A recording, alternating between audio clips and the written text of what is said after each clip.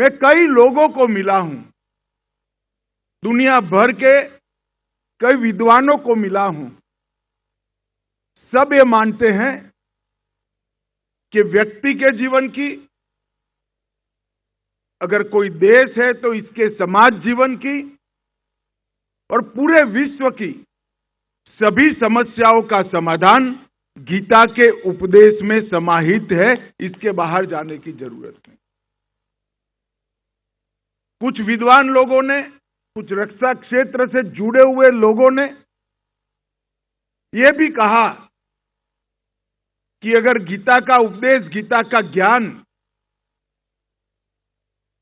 हर जगह पे हम फैलाने में सफल हो, इसकी स्वीकृति हो, तो विश्व में कभी युद्ध नहीं हो सकता।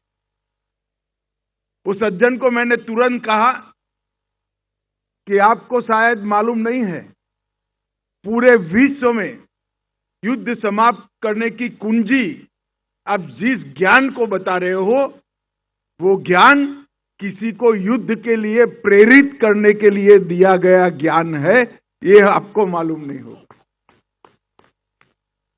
भगवान श्री कृष्ण ने अर्जुन को युद्ध के लिए प्रेरित करने के लिए, इनकी शंकाओं का समाधान करने के लिए, और जो निर्वेद की निर्मित होती थी, वो निर्वेद की मुक्ति के लिए श्री कृष्ण ने गीता का उपदेश अर्जुन को कहा था।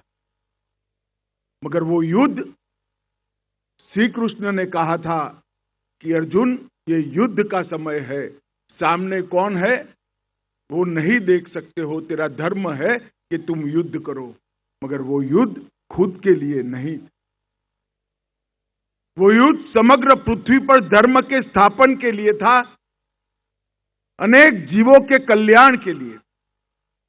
और यही ज्ञान को आज मैं बड़े सम्मान के साथ ज्ञानानंद जी महाराज को कहना चाहता हूं कि एक व्यक्ति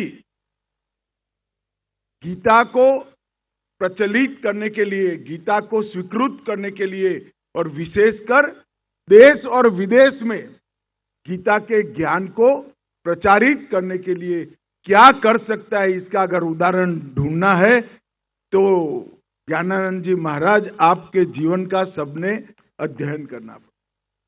मैं कई साल से मिलता हूं, मगर हर कोई भी समस्या के लिए आए हो, अंत में गीता की बात कर इसका समारोप करते हैं।